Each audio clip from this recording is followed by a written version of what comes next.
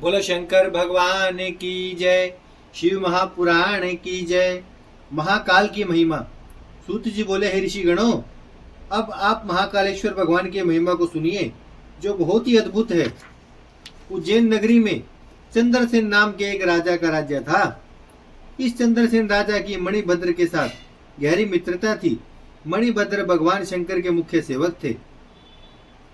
एक बार मणिभद्र राजा चंद्रसेन पर प्रसन्न हो गए।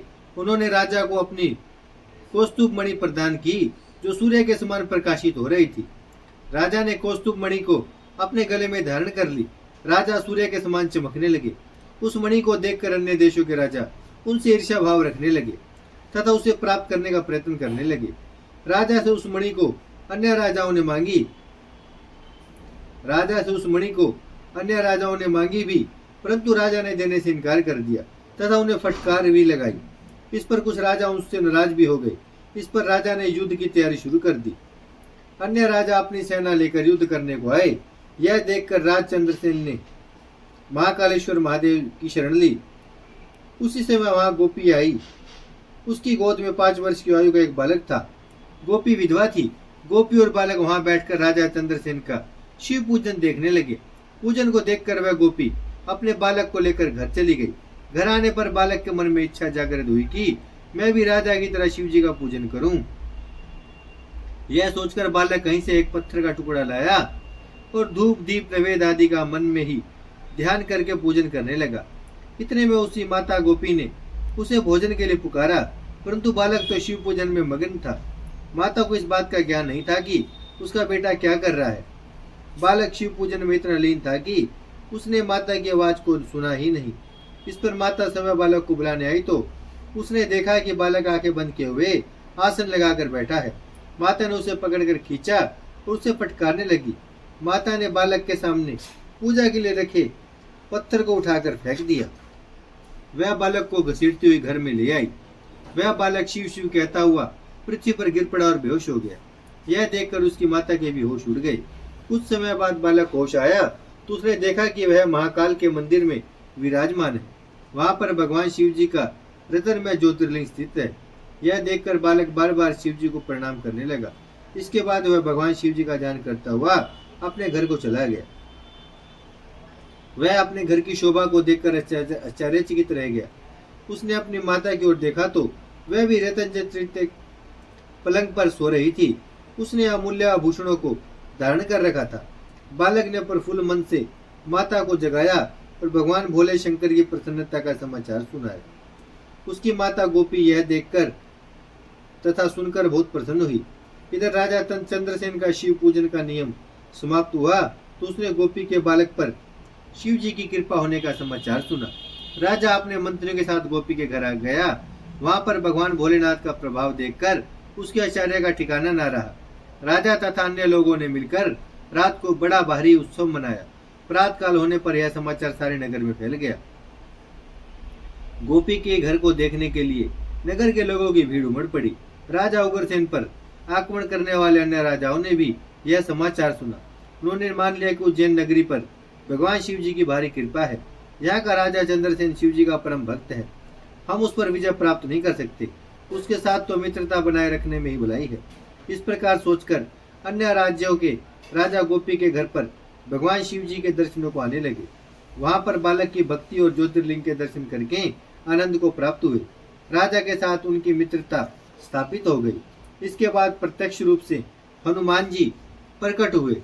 उनके दर्शन करके समस्त राजा परम प्रसन्न हुए और अपने को बड़ा भाग्यशाली समझने लगे। प्रेम पूर्वक सभी ने हनुमान जी का पूजन किया। हनुमान जी ने गोपी के बालक को गोद में उठाकर गले से लगा लिया। इसके बाद हनुमान जी सभी राजाओं तथा वहां एक तृतीय मनुष्य से बोले, सभी इस चराचर जगत के कल्याणकर्ता भगवान शिव हैं।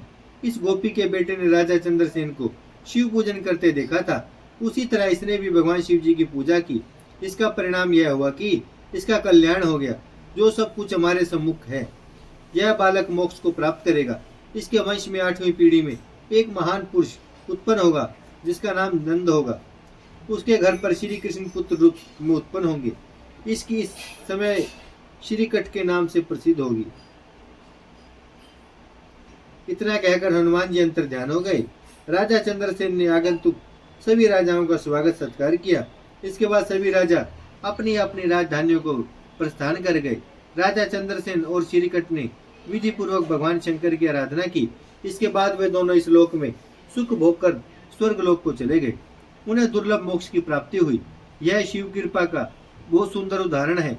इसके शरण करने मात्र से ही सभी के सब प्रकार के कष्ट दूर हो जाते हैं तथा उन पर भगवान शंकर की सदैव कृपा रहती है। ओंकारेश्वर महिमा। सूत जी ने कहा, हे मुनियों, अब आप शिव जी के ओंकारेश्वर ज्योतिर्लिंग का महात्म्य सुनिए।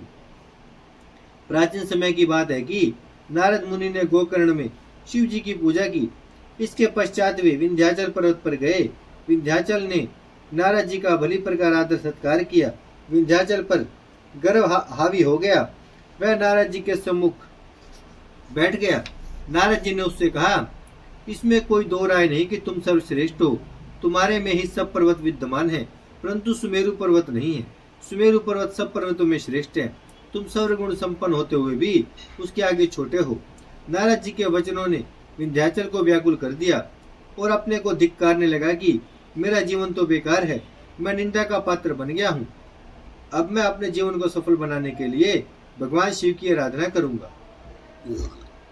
उसने ओंकारेश्वर क्षेत्र में पहुंचकर शिव जी का पार्थिव लिंग का निर्माण किया। 6 महीने तक लगातार वह शिव पूजन में तल्लीन रहा।